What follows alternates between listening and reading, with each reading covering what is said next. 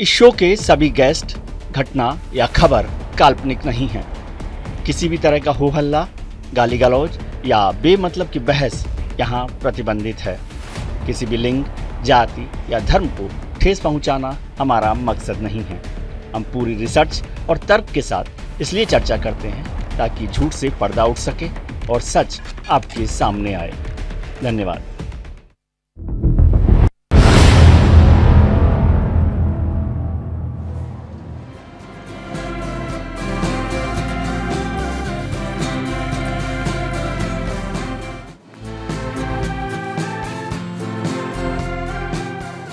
आना हो तो मेरे दिल के आशियाने में चले आना। दिल कमजोर है मगर टूटेगा नहीं।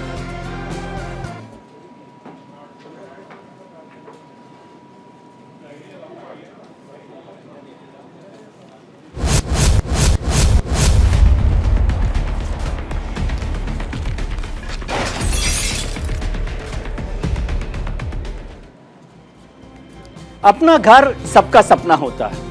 लोग जिंदगी भर की कमाई एक घर बनाने में लगा देते हैं। कई लोग तो ऐसे हैं जिनको पूरी जिंदगी अपना घर नसीब नहीं होता, लेकिन मेहनत की कमाई से घर बना भी लेते हैं तो एक गलती जिंदगी भर परेशान करती है। और ये ज्यादातर घरों की कहानी है, यानी घर घर की कहानी है। शहरों में बड़े बड़े सोसाइटी में बने बड़े बड़े बिल्डर्स में आप अपना घर तो ले लेते हैं, लेकिन क्या आप उसमें सुरक्षित हैं? ये सवाल इसलिए उठ रहा है कि गुरुग्राम में सेक्टर 109 में एक रिहायशी सोसाइटी चिंतल्स पैराडिसो के टावर की 6ठी मंजिल की छत का एक हिस्सा इसी साल फरवरी में अचानक गिर गया। इसमें 2 लोगों की मौत हो गई। अब उस टावर को गिराने का आदेश दे दिया गया है। आइए सबसे पहले आपको बताते हैं कि ये पूरा मामला है क्या। गुरुग्राम की जो चिंतल्स पैराडिसो है, इस सोसाइटी का एक ब्लॉक जो है वो जमींदोज होने वाला है, जल्द ही गिरा जाएगा। ये एक टावर डी, जो वहाँ पर सोसाइटी का टावर डी है, उसे गिराया जाएगा। टावर ई और एफ को भी तुरंत खाली करने के आदेश दिए गए हैं, क्योंकि इस सोसाइटी के एक टावर में बहुत ख़राब स्थिति है। गुरुग्राम के डीसी ने आदेश दिया है कि टावर को गिरा दिया जाए। ये आदेश डीसी ने दिया है गुरुग्राम के। जाँच में डी टावर में रहने वालों को के योग्य नहीं माना गया जो डी टावर था, इसलिए उसको गिराने का आदेश दिया गया है। बिल्डर को 60 दिन में पैसे लौटाने के आदेश भी दिए गए हैं कि वो जो वहाँ लोग रह रहे थे उनको 60 दिनों के भीतर, यानी 2 महीने के भीतर पैसे लौटा दिए जाए। 2 फरवरी को 6 फ्लैट्स की छत गिर गई थी और 2 लोगों की मौत हो गई थी। उसके बाद इस पर कार्रवाई हुई और ये फैसला लिया गया। गुरुग्राम के डीसी निशांत यादव ने आईआईटी दिल्ली की रिपोर्ट के आधार पर डी टावर को असुरक्षित घोषित कर दिया। ऐसे में ये जानना जरूरी है कि दिल्ली आईआईटी अपनी रिपोर्ट में क्या खुलासे किए हैं। दिल्ली आईआईटी की रिपोर्ट का खुलासा हम देखते हैं कि जिला प्रशासन ने आईआईटी दिल्ली से इस टावर की स्ट्रक्चरल ऑडिट करवाई थी। इस पर जब गिराने का आदेश हुआ उससे पहले उसकी स्ट्रक्चरल ऑडिट करवाया गया। दिल्ली आईआईटी की जांच में पाया गया कि डी टावर रहने लायक नहीं है। ये टावर के लिए कहा गया कि ये रहने लायक नहीं है, ये आईआईटी की रिपोर्ट में कहा गया। इसके निर्माण में घटिया सामान का इस्तेमाल किया गया था। ये चिंतल्स पैराडिसो की आप फोटो भी देख रहे हैं जिसको गिराया गया। गिराने की बात हो रही है। सोसाइटी के टावर ई और टावर एफ के भी सैंपल लिए गए हैं। इसकी रिपोर्ट अभी नहीं आई है, उसकी रिपोर्ट आएगी, उसके बाद उस पर किया जाएगा। जिनकी भी रिपोर्ट जल्द जारी कर दी जाएगी, इन दोनों की, ई और एफ टावर्स की। आम आदमी का सबसे बड़ा सपना होता है ज़िंदगी में एक बार खुद घर बनाए या खरीदे। इसके लिए वो मेहनत मजदूरी करता है, पाई पाई इकट्ठा करता है, बिल्डर को वो पैसा देता है कि वो समय पर घर बना कर दे। लेकिन क्या वाकई में घर समय पर मिलता है? इसकी गवाही ये आंकड़े देते हैं कि कब मिलेगा आशियाना। ये हज़ारों लोगों की परेशानी है, लाखों लोगों की परेशानी है कि देश भर के 44 शहरों में, रिपोर्ट के मुताबिक ये एनारॉक की रिपोर्ट है जिसमें कहा गया कि देश भर के 44 शहरों में 5 लाख से ज़्यादा घरों का काम रुका पड़ा है। 44 शहरों में 5 लाख से ज़्यादा घरों का काम रुका पड़ा है, यानी 5 लाख परिवार घरों का इंतजार कर रहे हैं। और इन घरों का औसत विलंब, यानी 5 साल की देरी उनमें हो रही है हर घर को मिलने में। ये 44 शहरों की बात है। इन घरों में कुल कीमत 4,48,000 करोड़ रुपए से ज़्यादा है। मतलब आप समझिए कि 4,48,000 करोड़ रुपया अटका पड़ा है। 5 लाख परिवार जो हैं वो अपने आशियाना का इंतजार कर रहे हैं। एनसीआर में भी 77% प्रोजेक्ट्स अभी तक अधूरे पड़े हुए हैं। जो नेशनल कैपिटल रीजन है, जिसे हम राजधानी क्षेत्र कहते हैं, राष्ट्रीय राजधानी क्षेत्र, उसमें भी अकेले नोएडा, ग्रेटर नोएडा में 1 लाख से ज़्यादा मकान फंसे हुए हैं। आपको पता है कि आजकल नोएडा और ग्रेटर नोएडा में सबसे ज़्यादा मान और सोसाइटीज़ हैं, वहाँ 1 लाख से ज़्यादा मकान फंसे हुए हैं और 11 लाख से ज़्यादा आवासीय इकाइयों का काम लेट चल रहा है, देरी से चल रहा है। 11 लाख परिवारों के लिए ये इंतज़ार लंबा होता जा रहा है। इन आवासीय इकाइयों का औसत विलम्ब यानी औसत देरी 28 महीने है, यानी 2.5 साल के करीब सबको देरी हो रही है। ये 11 लाख घरों की, बाकी 5 लाख घर हैं जिनमें विलम्ब 5 साल का इंतजार। बिल्डर या रियल एस्टेट एजेंट पहले तो पैसे ले लेते हैं, फिर जब प्रोजेक्ट पूरा नहीं कर पाते तो ज़्यादातर लोग भाग खड़े होते हैं। इसकी तस्दीक ये डाटा भी करता है कि देखें बिल्डर्स का हाल क्या है। इसको देख लेते हैं, मैदान छोड़कर भागी बिल्डर। ये शहर देखिए, ये भी एनरॉक का सर्वे है। इसमें बिल्डर्स को देखें, शहर को देखें। चेन्नई में 78 बिल्डर भाग गए, बेंगलुरु में 65, गुड़गांव में 58, ठाणे में 58। ये उन शहरों का जिक्र हम कर रहे हैं जहाँ पर बिल्डर्स भाग गए। इसके बाद देखें मुंबई में 54 बिल्डर्स, नोएडा में 52, हैदराबाद में 47 और कोलकाता में 45 बिल्डर्स भाग गए। ये एनरॉक की रिपोर्ट कहती है, जिन लोगों ने अपना काम छोड़ दिया है। गुरुग्राम में जर्जर इमारत को जल्द ढहाया जाएगा। गुरुग्राम के डीसी निशांत कुमार यादव का कहना है कि इसकी हालत जर्जर हो चुकी है और गिराने के अलावा कोई और विकल्प नहीं है। सुनिए क्या कुछ कहा निशांत कुमार ने।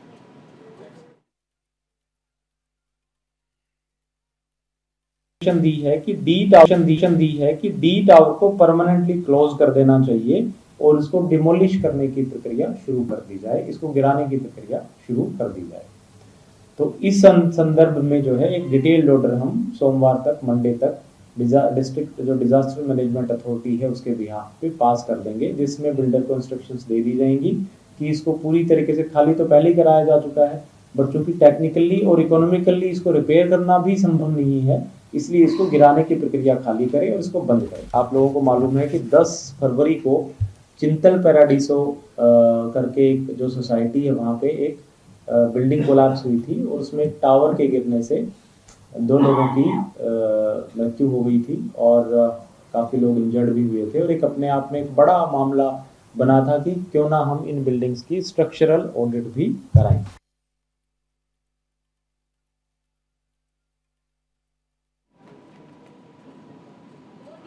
गुरुग्राम के चिंतल्स पैराडीसो सोसाइटी की घटना के बाद सवाल उठ रहे हैं कि क्या आपको भी सोसाइटी में रहने में डर लगता है? आपके पैसों की बर्बादी आखिर कब तक होगी? और अब चिंतल्स के फ्लैट मालिकों का क्या होगा? हालांकि उन्हें 28 महीनों में उनको 2 महीनों के अंदर पैसा देने की बात कही गई है, लेकिन उन मालिकों का क्या होगा, वो कैसे रहेंगे, कैसे पैसा मिलेगा? आज इसी मुद्दे पर चर्चा करने के लिए हमारे साथ जुड़ रहे हैं पूर्व सचिव माइंस भारत सरकार के और यूपी रेरा के सदस्य रहे बलविंदर कुमार साहब, गृह प्रवेश बिल्टेक के सीएमडी अभय कुमार साहब हमारे साथ जुड़ रहे हैं, टाउन प्लानर दीक्षु सी कुकरेजा और वकील वेंकट राव साहब हमारे साथ जुड़ रहे हैं। आप सभी का बहुत बहुत स्वागत है। जी, बलविंदर कुमार साहब, सबसे पहले आपसे समझना चाहता हूं, क्योंकि आपने इस काम को देखा है, रेरा के भी आप मेंबर रहे हैं, तो किस तरह से ये काम होता है? रेरा अपनी भूमिका निभाता है, हमने रिकॉर्ड में देखा भी है कि रेरा जो है लगातार काम कर रहा है, लेकिन क्या आपको लगता है रेरा वो ताकतवर शेर है जिसमें शिकार को फंसाया जा सकता है या उसे सजा दी जा सकती है?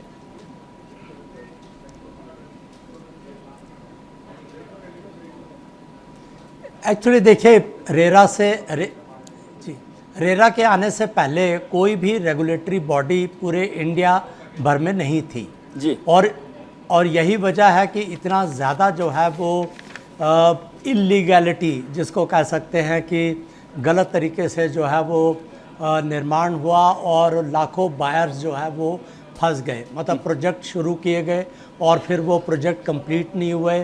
कई तरह की अनियमितताएं जो है वो सामने आई हैं जी। कुछ कारण ऐसे हो सकते हैं जहां पर कि जो बिल्डर्स हैं, डेवलपर्स हैं, उनका सीधा संबंध ना रहा हो, परंतु ज़्यादातर मामलों में ये पाया गया कि उन्होंने पैसे का डाइवर्जन कर दिया, फाइनेंशियल डिसिप्लिन जो उनको अपनाना चाहिए था वो उन्होंने नहीं अपनाया, तो कई तरह की इरेगुलरिटीज़ हुई जिसकी वजह से प्रोजेक्ट्स जो है वो बिल्कुल स्टक हो गए और अल्टीमेटली बायर्स का पैसा फंस गया। जी। तो रेरा के आने के बाद ये लोगों को इस बात की ज़रूर तसल्ली मिली है और इनफैक्ट हज़ारों लोगों को जो है वो रेरा एक्ट के अंतर्गत जो है उनको लाभ भी मिला है। उसमें रिफ़ंड के ऑर्डर हुए हैं, पोजेशन के ऑर्डर हुए हैं, उनको डिले इंटरेस्ट मिला है जितना भी विलंब हुआ है प्रोजेक्ट के क्रियान्वयन में। जी। तो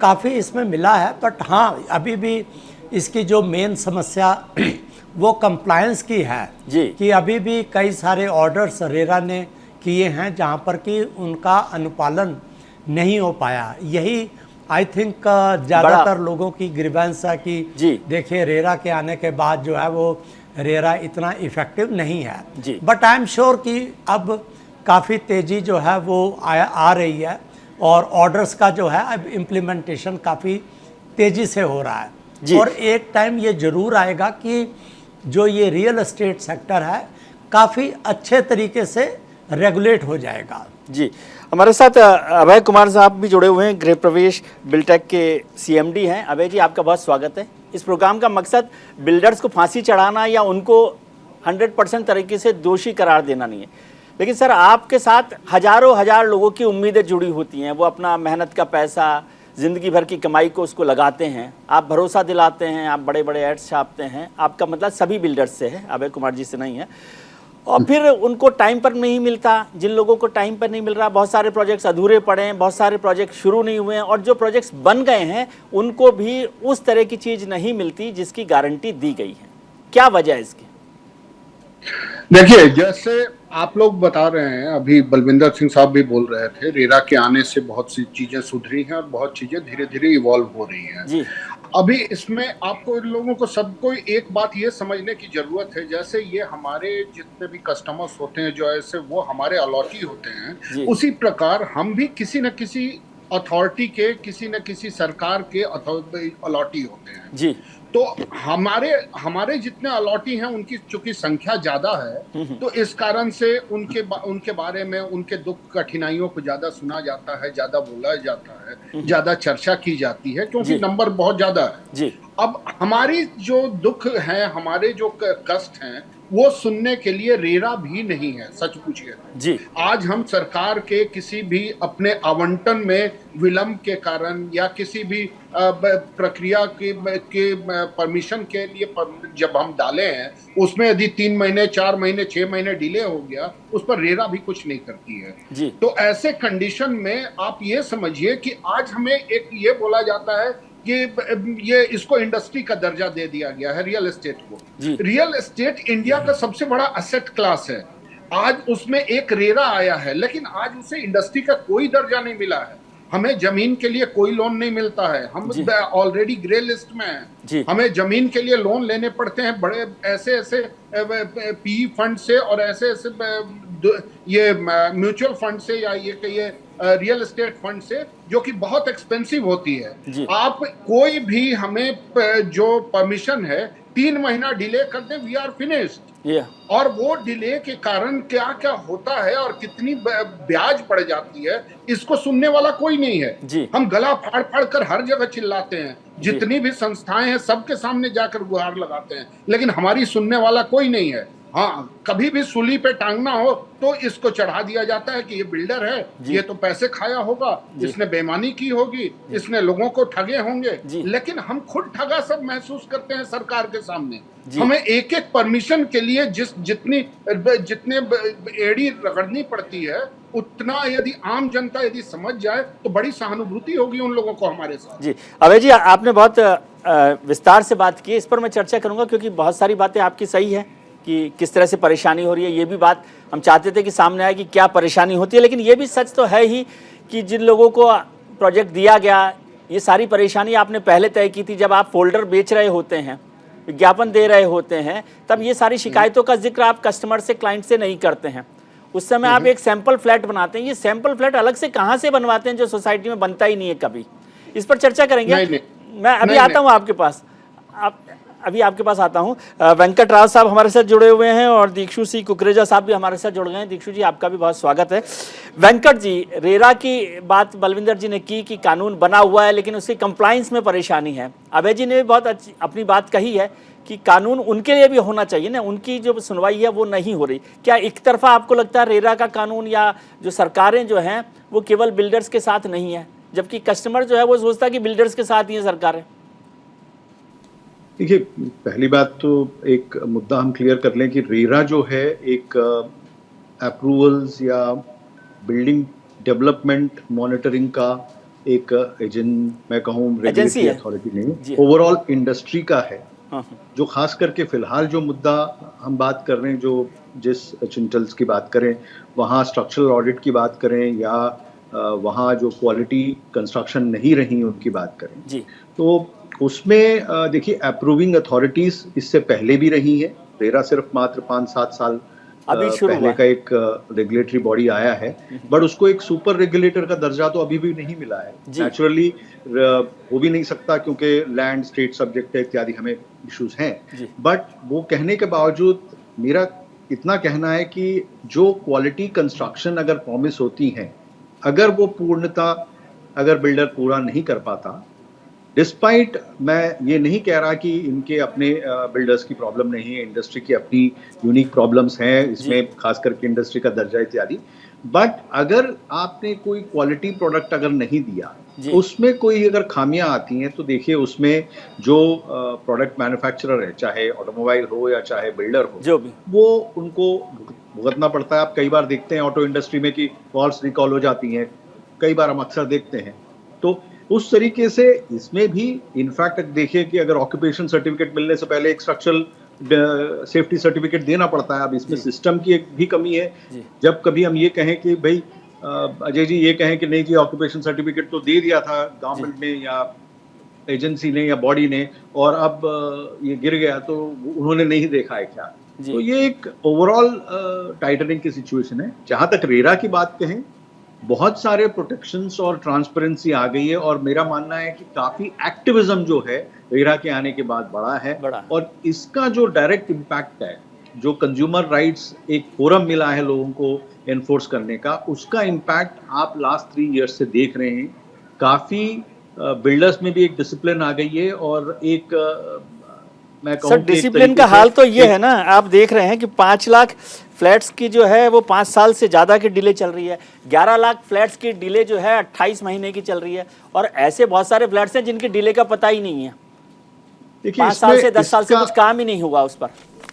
इसका एक कारण ये है कि काफी जो प्रोजेक्ट्स हम बात करते हैं आज काफी अगर आंकड़ों को भी देखेंगे, इवन एनरॉक का रिपोर्ट देखेंगे, इसमें काफी स्टक प्रोजेक्ट्स हैं। काफी वो प्रोजेक्ट्स हैं जो चाहे एनसीएलटी में हो, ये लेगेसी जो हमने बहुत बिल्डअप किया है 10-15 साल का, बहुत मंदी में तेजी में जो लेगेसी इशू है, वो जो स्टक प्रोजेक्ट्स हैं, आज से आप 2 साल बाद भी निकालिए साहब, आपका स्टेटस यही रहेगा क्योंकि ना वो बिल्डर है, ना उसमें कैश फ्लो है, ना अलॉटीज के पास इतना पैसा है कि वो बना सके या साधन उनके पास नहीं। ठीक है, तो वो इशू मेरे ख्याल से एक पॉलिसी लेवल पे डिसीजन की जरूरत है, इनका कैसे निवारण होगा जी। कुकरेजा साहब जी, ठीक है, कुकरेजा साहब हमारे साथ जुड़े हैं, टाउन प्लानिंग पर बड़ा काम करते हैं। कुकरेजा साहब, प्लानिंग का एक बड़ा हिस्सा होता है कि आपने सोसाइटी के लिए या किसी भी चीज़ के लिए डिजाइन तैयार कर दिया गया, उसमें क्या क्या चीज़ें होनी चाहिए, क्या जरूरी होनी चाहिए। क्या प्लानिंग के हिस्से में जो स्ट्रक्चरल स्ट्रेंथ की बात है या स्ट्रक्चरल क्वालिटी है उसकी बात नहीं होती है? नहीं, देखिए प्लानिंग और आर्किटेक्चर में जी सारी चीज़ें कॉम्प्रिहेंसिव तरीके से आती हैं, चाहे वो आर्किटेक्चर हो, स्ट्रक्चर हो और जो भी हाउसिंग सोसाइटी में बाकी सर्विसेज दी जाती हैं, बिजली पानी वगैरह की, वो सारी एक ही दायरे में आती हैं जो डिज़ाइन का दायरा होता है। लेकिन अफसोस की ये बात है कि हम यहाँ पे वर्ल्ड क्लास बिल्डिंग्स की बात कर रहे हैं। हम 21वीं सदी में एनसीआर जो इंडिया का कैपिटल मेट्रोपॉलिटन रीजन है उसकी बात कर रहे हैं। और वहां पे इस क्वालिटी की कंस्ट्रक्शन क्रिएट हो रही है जहां बिल्डिंग्स को गिराना पड़ रहा है, कभी नोएडा में तो कभी गुड़गांव में। तो ये इसके लिए ना हमें डीपर जाने की जरूरत है, जो आप एक्चुअली इस कार्यक्रम के थ्रू करने की कोशिश कर रहे हैं। अब इसमें फिंगर पॉइंटिंग तो हम करते जा सकते हैं, लेकिन कहीं ना कहीं सिस्टमिक चेंजेस की बहुत सख्त जरूरत है, क्योंकि जो भी मैं आपको फ्रैंकली पॉइंट आउट करूं कि अथॉरिटीज में जिस तरीके का अभी मेंशन हो रहा था कि अथॉरिटीज में अप्रूवल्स एक मजाक बन गया है।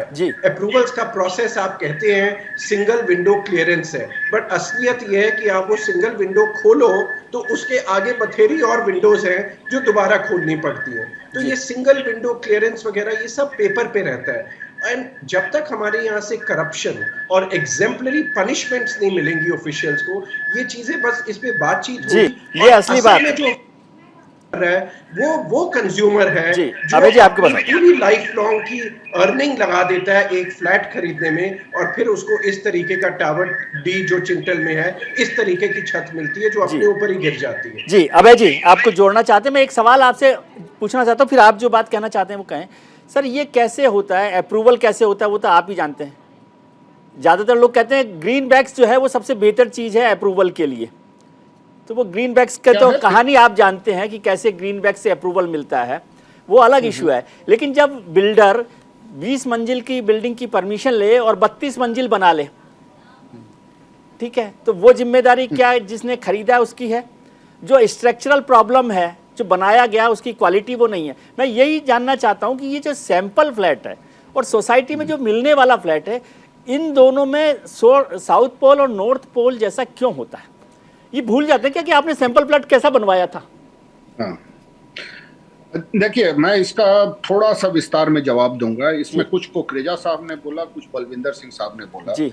अब इसमें पहले मैं रेगुलेटरी बॉडी पे आ जाऊं तो रेगुलेटरी बॉडी में जहां पर अभी रेरा जो है इवॉल्व हो रहा है, मैं रेरा के सारे अधिकारियों से ये गुजारिश करना चाहूंगा कि इसका दायरा को थोड़ा और वाइडन करें और इसमें स्ट्रक्चर को भी ले आएं। और स्ट्रक्चर में आप लोग को एक बात जानकर बड़ी हैरानी होगी कि जैसे कुकरेजा साहब ने बताया, कुछ बात मैं उसमें और ऐड करता हूं कि इसमें क्या होता है कि किसी भी बिल्डिंग को आप बनाते हो तो सबसे इंपॉर्टेंट उसका पार्ट जो होता है वो उसका सैंपल फ्लैट और उसका ब्यूटिफिकेशन नहीं होता है। सबसे इंपॉर्टेंट पार्ट होता है उसका स्ट्रक्चर। और स्ट्रक्चर का एक स्ट्रक्चरल स्टेबिलिटी सर्टिफिकेट जमा करनी होती है।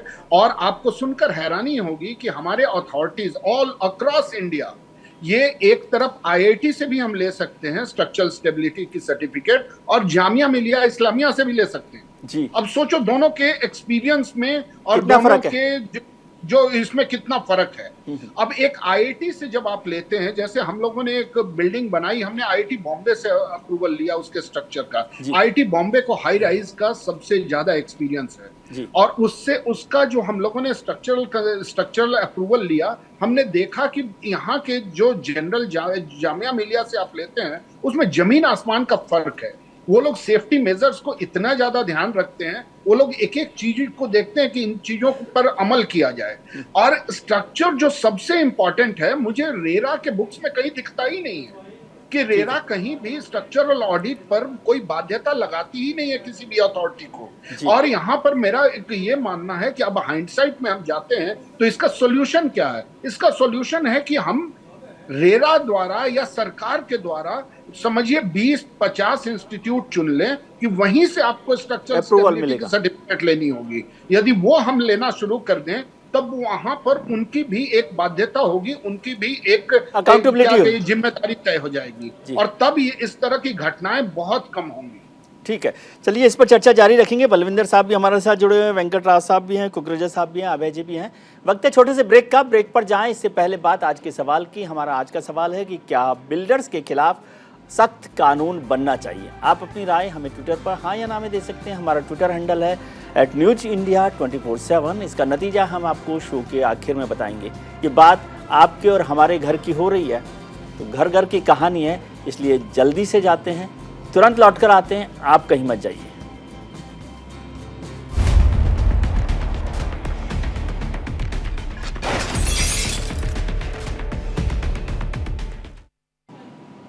ब्रेक के बाद आपका एक बार फिर स्वागत है। हम चर्चा कर रहे हैं कहानी घर घर की और हर घर के डर की भी, कि किस तरह से बिल्डर्स के चक्कर में फंस के जो हमारे आम उपभोक्ता हैं, आम आदमी है, वो फंसता है। उसको बिल्डर घर का सपना दिखाता है, या तो घर मिलता नहीं है, मिलता है तो वो घर मिलता है जिसका सपना उसने देखा नहीं होता या जो उसे दिखाया गया होता है। इस सब पर चर्चा कर रहे हैं। गुरुग्राम की एक सोसाइटी के बहाने से हम ये इस बात की चर्चा कर रहे हैं। वो सोसाइटी अकेली नहीं है, बहुत सारी सोसाइटीज हैं जिनमें इस तरह की कुछ ना कुछ परेशानी चल रही है। बलविंदर साहब, बात अभय जी ने कही थी कि रेरा को जो है अपना घेरा बढ़ाना चाहिए ताकि काम हो सके, और जो बिल्डर्स हैं उनकी परेशानियों पर भी ध्यान देना चाहिए। मैं सिर्फ बात रेरा की नहीं कर रहा, रेरा की बात करें तो देखा है मैंने कि 1,01,000 से ज़्यादा आपने शिकायतों का निपटारा किया है देश भर में। लेकिन दूसरी हकीकत यह है, जो अभी हमने ग्राफिक्स में भी देखी थी, कि 44 शहरों में 5 लाख से ज़्यादा घरों का काम रुका पड़ा है, ठीक है, और जिसमें देरी 5 साल की है, और 11 लाख घर ऐसे हैं जहां पर 28 महीनों का जो है लेट चल रहा है, तो डिले चल रहा है, ये बात है। और जो एक छोटी सी बात समझना चाहता हूं कि रेरा में आने के बाद, रेरा में आप शिकायत करते हैं, अभय जी से परेशानी हुई, आप बलविंदर जी के पास पहुंच गए, बलविंदर जी ने यानी रेरा ने 6 महीने 8 महीने लगाए और उसमें फैसला दे दिया। वो फैसले के बाद क्या होता है कि अभय जी तो सुनने वाले नहीं हैं, ठीक है, मतलब बिल्डर्स तो सुनने वाले नहीं है, तो फिर वो जो उपभोक्ता है वो जाता है कोर्ट में, और फिर कोर्ट में जाकर उस पर काम करता है, फिर उस पर जो सुनवाई होगी, जो फैसला होगा, फिर उसके बाद क्या होगा। तो मैं समझता हूँ ये बिल्डर्स और उपभोक्ता के बीच में आपने उस मुकदमे को लड़ाने का एक कूलिंग ऑफ पीरियड दे दिया कि साल भर और अभय जी को आराम मिल जाए, कि बलविंदर जी के यहाँ पर फाइल चलती रहे, तब तक तो अभय जी आराम में, फिर बलविंदर जी जब फाइल को निपटा देंगे तो फिर कोर्ट में जाएंगे हम। इससे बढ़िया हम कोर्ट ही चले जाएं सीधे। सुनते तो है नहीं आपकी बात।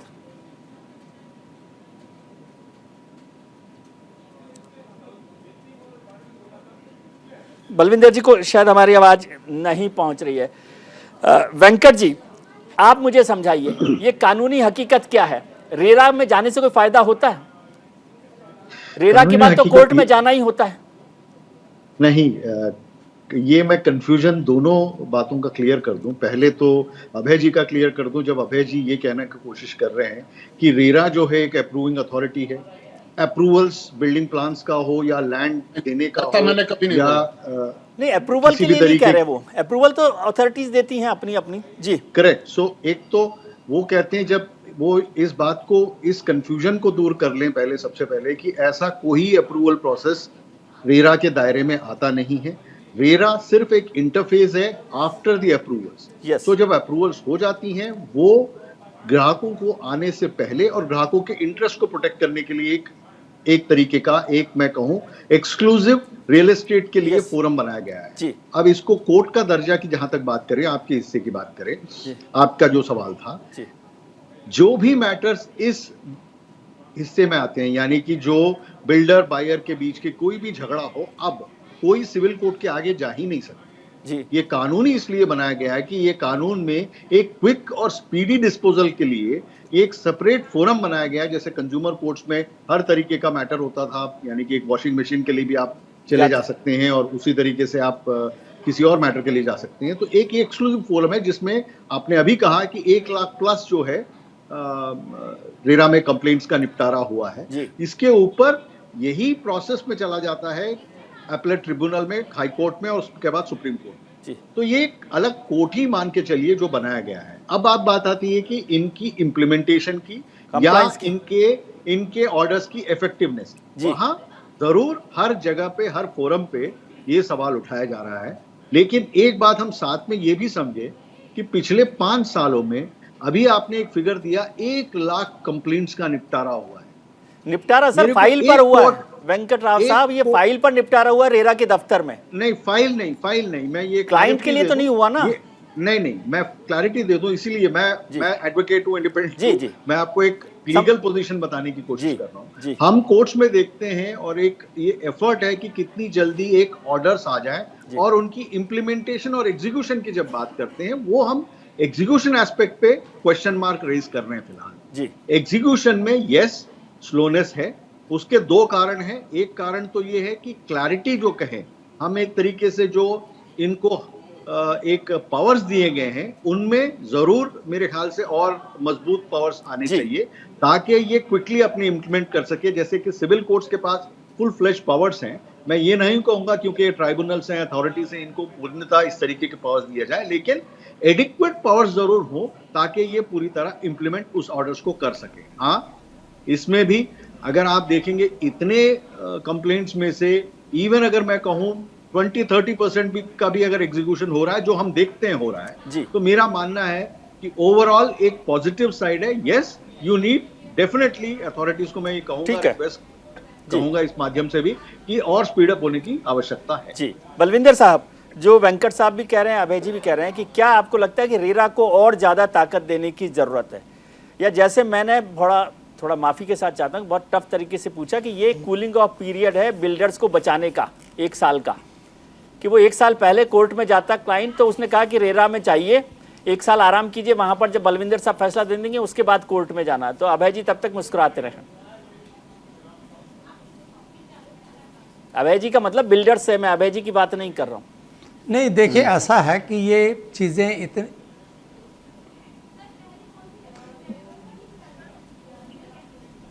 देखिए चीज़ें जो है इतनी सिंपल नहीं है। अब रेरा ने काफ़ी जो है इस बीच में इवॉल्व हो गया है, काफ़ी इफ़ेक्टिवनेस जो है इसकी बढ़ी है। कंप्लायंस, ये बात सही है कि शुरू में कंप्लायंस बहुत कम थी, बट उसके बाद फिर हाई कोर्ट के कई सारे आदेश हुए और डीएम और ये सब कमिश्नर इतने ज़्यादा एक्टिव हुए और लोगों की जो है प्रॉपर्टीज़ को सील किया गया, सीज़ किया गया, तो उसके बाद काफ़ी पैसा जो है अब रिकवर हुआ है। खासकर हम नोएडा, ग्रेटर नोएडा, गाज़ियाबाद, एनसीआर की हम बात करें तो काफ़ी पैसा जो है वो रिकवर होके बिल्डर्स को दिया गया है।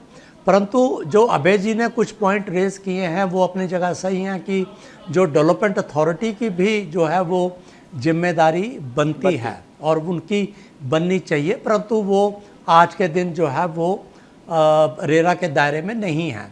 वेंकट जी ने बहुत सारे इश्यूज जो कि उठाए हैं वो बहुत ही वैलिड हैं, परंतु ये बात सही है यदि हम टोटलिटी में बात करें तो रेरा के आने के बाद काफ़ी फाइनेंशियल डिसिप्लिन आया है। अब बिल्डर्स, डेवलपर्स वो भी अब बड़े ध्यान से जो है वो काम कर रहे हैं। अब ऐसा नहीं है कि पैसा जो है एक अकाउंट में, एस्क्रो अकाउंट से आप निकाल के कहीं दूसरी जगह खर्च कर दें, ऐसा बिल्कुल भी नहीं है। तो बहुत सारे सिस्टम ऐसे हैं जिनका कि प्रभाव अब लॉन्ग रन में दिखाई देगा।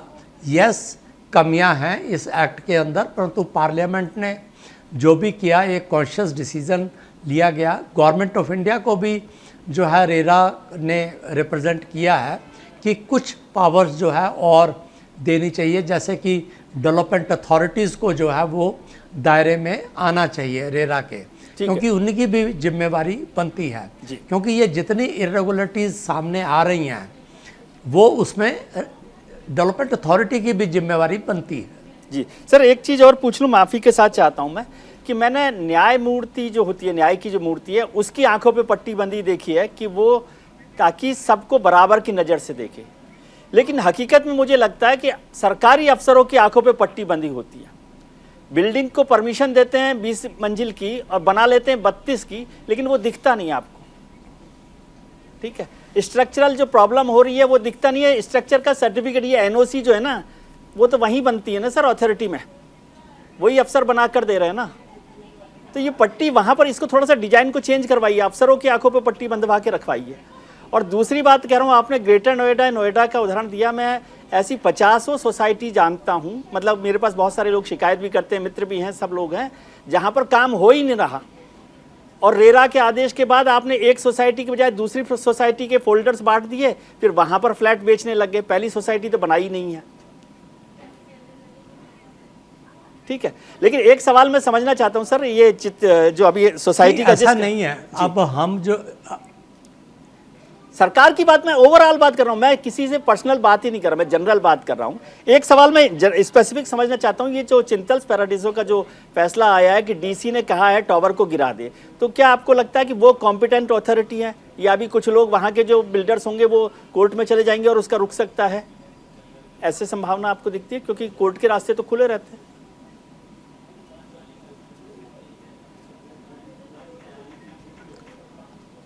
आई थिंक ये पॉइंट आपका बिल्कुल वैलिड है जी। जा सकते हैं वो।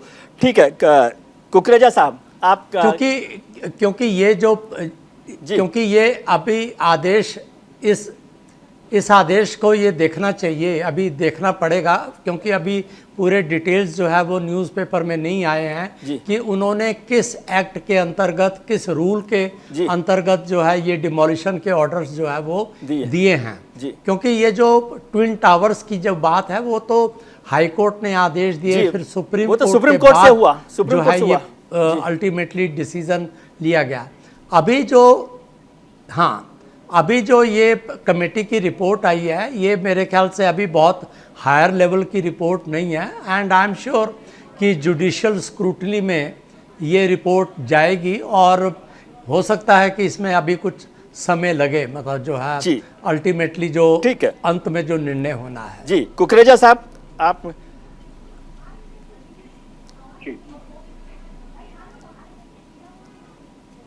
आप जोड़ना चाह रहे थे कुकरेजा साहब कुछ बात? आता हूँ अभी आपके पास। जी हाँ विजय जी, मैं इसमें ये कहना चाहूंगा कि देखिए रेगुलेटरी मैकेनिज्म हर जगह चाहिए होता है, और रेगुलेटरी मैकेनिज्म स्ट्रिक्ट और रोबस्ट होना भी बहुत जरूरत है। बट कहीं ना कहीं मेरी ये सोच है कि एक लिमिट तक आप एक रेगुलेटरी मैकेनिज्म को स्ट्रिक्ट कर सकते हैं, बाकी it has to come from within. मतलब जो एक कल्चर ऑफ कंप्लायंस है वो होना बहुत जरूरी है, चाहे वो बेशक आर्किटेक्ट जो डिजाइन कर रहा है या इंजीनियर जो डिजाइन कर रहा है या जो डेवलपर प्रॉमिस कर रहा है उसकी कंप्लायंस वो सेल्फ कंप्लायंस करे। और जहां तक मेरा बार बार इस पे इशू आता है कि अथॉरिटीज के अंदर जो ब्लाइंड आई, जो आपने अभी पट्टी की बात की, वो पट्टी कब खुलेगी, वो मेरे हिसाब से सबसे इंपॉर्टेंट इशू है।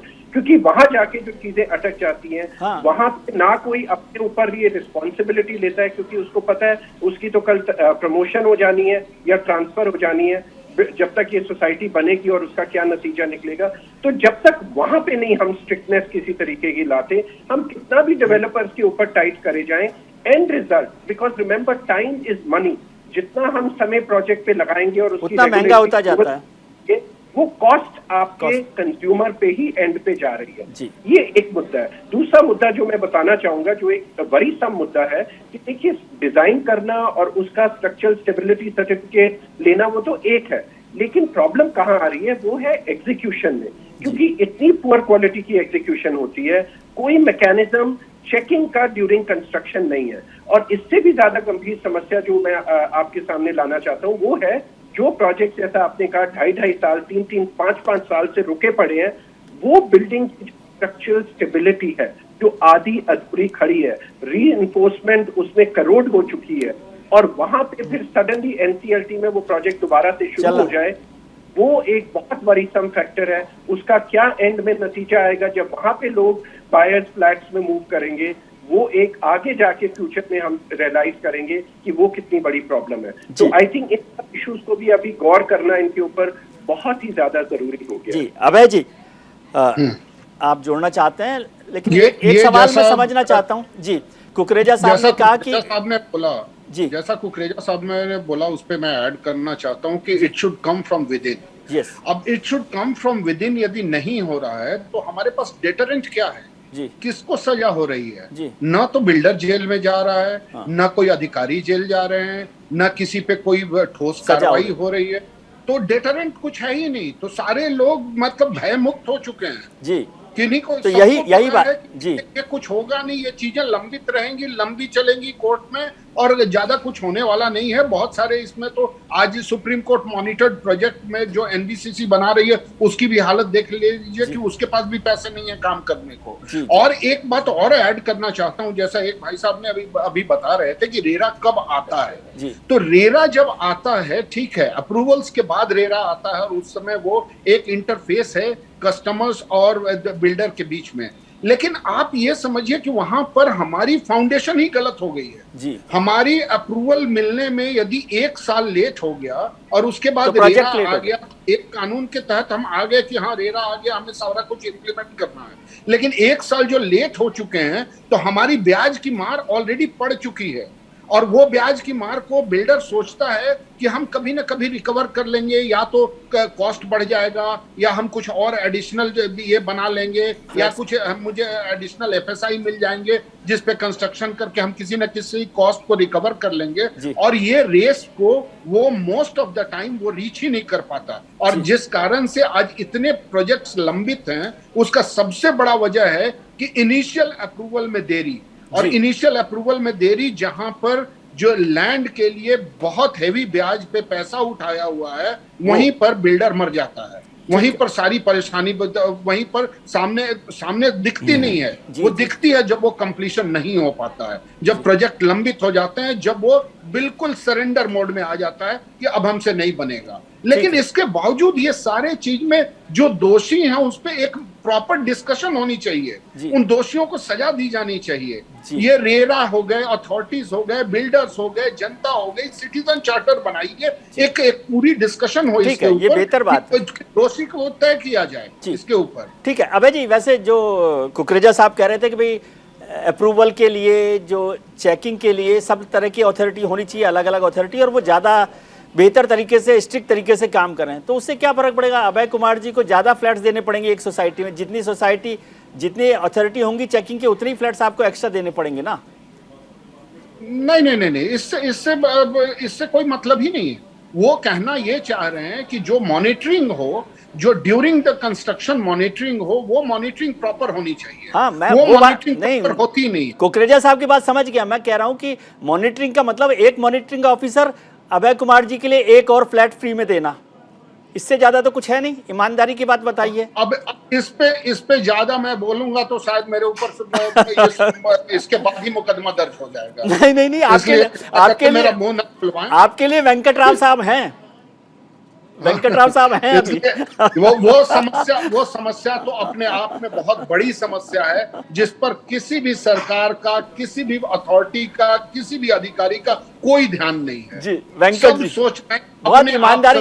वेंकट जी एक बात आपको माननी पड़ेगी, अभय जी ने बहुत ईमानदारी से बात की है। जी बिल्कुल ईमानदारी की बात कही है। जी आप जोड़िए, बताइए क्या रास्ता है? नहीं देखिए, डेफिनेटली हम, मेरे ख्याल से जब से डिस्कशन शुरू हुआ है, एक सिस्टम की इम्प्रूवमेंट की, देखिए जहाँ तक चेक्स एंड बैलेंसेस की बात है, एडिक्वेट पावर्स की बात है, ये सरप्राइजिंग लगेगा आपको, most regulated industry is real estate industry. With the kind of approvals required, it is the most regulated industry. Now ये नहीं हम कह सकते कि इसमें रेगुलेशंस नहीं है और रेगुलेटेड नहीं है। अनफॉर्चुनेट सिचुएशन ये कि जितने भी लेवल के परमिशंस हो या जितने भी लेवल के अप्रूवल्स हो, उनकी प्रॉपर तरीके से वो अप्रूवल्स आना और उतने ही ईमानदारी से बिल्डर ने बनाना, ये दोनों में जो हम अभी अभय जी को कह भी रहते हैं कि मैं बैठा हूं बचाने के लिए, but fact of the matter is वो एक कारण मेजर है जिसको हमें एड्रेस करना आवश्यक है जी। और यस, आप इसकी भी बात करें, अभी हम एसी डीटीसीपी की बात कर रहे थे जिसके अंदर ये ऑर्डर आया, अभी मैं बलविंदर सर से अभी जो बात कर रहे थे, तो उसमें ये डीटीसीपी ने कॉन्स्टिट्यूट किया था कमेटी पोस्ट, ये डीटीसीपी लाइसेंसिंग अथॉरिटी है, उन्होंने कॉन्स्टिट्यूट किया था ये कमेटी और डीसी को आदेश दिए थे कि वो आगे चल के ये पूरा रिपोर्ट का आईआईटी से रिपोर्ट आने के बाद काम करें। तो यस, जुडिशियल स्क्रूटनी जरूर ओपन रहेगी, लेकिन देखिए हम दूसरा एक तरफ को एक नेशनल बॉडी का, एनबीसीसी का आपके सामने है, उन्होंने पूरे पैसा दे के 240 करोड़ ऐसा कुछ दे के वो अपने बिल्डिंग बना रहे हैं दोबारा से, तो ये भी एक उदाहरण है। ठीक है, तो इसलिए मेरा मानना ये है कि एक पूरा सिस्टमैटिक टाइटनिंग अप की जरूरत है, लॉस एडिक्वेट है, उनकी इम्प्लीमेंटेशन की आवश्यकता जी। बलविंदर जी आपके पास हूं, अभय जी कुछ जोड़ना चाहते हैं? बिल्कुल लास्ट मिनट बचा है मेरे पास, छोटा सा कमेंट जी। हाँ, मैं जल्दी से एक बात जोड़ना चाहूंगा, जैसे कि अभी सारे लोग बता रहे हैं और सारे लोग इस चीज से सहमत भी हो रहे हैं कि जो अप्रूवल्स में विलंब होता है उससे क्या क्या परेशानियां होती हैं। तो आप लोगों को इसमें एक बात बहुत ये बताना चाहता हूं कि अप्रूवल्स के डिले के कारण ही सारा कुछ प्रॉब्लम है, और यहाँ पर कोई भी दोषी को नहीं पकड़ा जा रहा है। अब अभी इस पे बहुत वृहद एक डिस्कशन की आवश्यकता है, एक सही सिटीजन चार्टर की आवश्यकता है, जहां पर वो लोग भी अपनी बातें कह पाए, एक कॉमन फोरम पे आके बात कर पाए और दोषियों को सजा दी जाए, चाहे वो बिल्डर हो, चाहे वो अधिकारी हो, चाहे वो कोई भी हो, दोषियों को सजा देना बहुत जरूरी है। जी बलविंदर साहब, लास्ट कमेंट आपका, बिल्कुल वक्त कम है लेकिन लास्ट कमेंट मैं आपका चाहता हूं। जो अभय जी ने बात की, बहुत ईमानदारी से बात की है। बिल्डर्स को तो फिर भी कभी कभी सजा मिल जाती है, ये अफसरों की बात जबरदस्ती फंसा रहे हैं अभय जी। अफसरों को थोड़ी कोई सजा देनी चाहिए।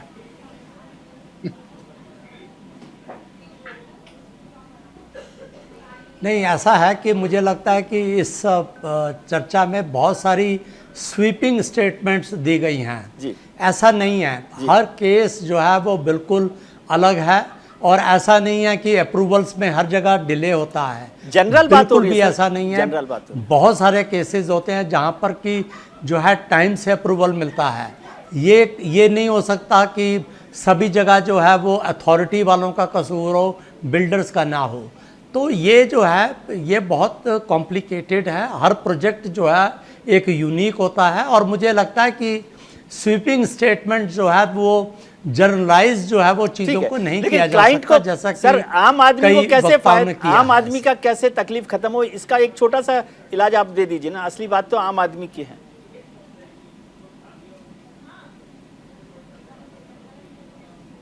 देखिए, मुझे लगता है कि हमें ज़्यादा रिस्पॉन्सिबल लोगों को बनाना पड़ेगा, अकाउंटेबिलिटी फिक्स करनी पड़ेगी, टेक्नोलॉजी का यूज़ करना पड़ेगा। यदि सिंगल विंडो सिस्टम, यदि गवर्नमेंट वाकई ही सीरियस है तो वो सिंगल विंडो सिस्टम को लागू करना चाहिए और ये टेक्नोलॉजी से हो सकता है। मुझे लगता है टेक्नोलॉजी लाई जाए, अकाउंटेबिलिटी और ज़्यादा जो है सिस्टम के अंदर लाई जाए तो निश्चित रूप से जो है वो सुधार होगा। चलिए, बहुत बहुत शुक्रिया। बहुत ईमानदार डिस्कशन मेरे हिसाब से हुआ है कि सभी लोगों ने अपनी बात को ईमानदारी से रखा। आप सब लोगों का बहुत शुक्रिया कि आपने वक्त निकाला। आज हमने शो की शुरुआत में आपसे सवाल पूछा था कि क्या बिल्डर्स के खिलाफ सख्त कानून बनना चाहिए। इस पर 80% लोगों ने हाँ के पक्ष में वोट दिया। इससे समझ में आता है कि कितनी तकलीफ उनको लगती है और वो कितना बिल्डर्स के खिलाफ अपने आप को महसूस करते हैं। 80% लोगों ने हाँ कहा है, 20% लोग इसके पक्ष में नहीं हैं। आपने बात सुनी हमारे पैनलिस्ट की, राजनेताओं की बात आप सुनते रहते हैं। अब बात छोटी सी मेरी भी, यानी विजय भी। कहते हैं दीवारों के भी कान होते हैं, मगर जुबान क्यों नहीं होती? होनी थी ना, ताकि वो बिल्डर को ये बोल पाती कि तुमने मुझ में विश्वास का सरिया, उम्मीद का सीमेंट, बेहतर कल की ईंट क्यों नहीं लगाई? तुमने दीवार के नाम पर मुझ में भारी भ्रष्टाचार की रेत और उस पर चढ़ा दिया हाई सोसाइटी का प्लास्टर। मुझे तो गिरना ही था, मगर मैं आज भी उतनी नहीं गिरी जितना तुम गिरे हो अपने ईमान से। हर किसी का सपना होता है एक घर का, लेकिन जब घर में ही डर लगने लगे और रात मौत की प्लास्टर ओढ़े पड़ी रहे तो समझ लेना कि हाय तुम्हें भी लगेगी। बिल्डर होने के नाते डर नहीं, भरोसा बिल्ड कीजिए। आज के कार्यक्रम में इतना ही। उम्मीद करता हूँ आपका आने वाला कल आज से बेहतर हो। आप अपना ख्याल रखिए और उनका ख्याल रखिए जो आपका ख्याल रखते हैं। नमस्कार।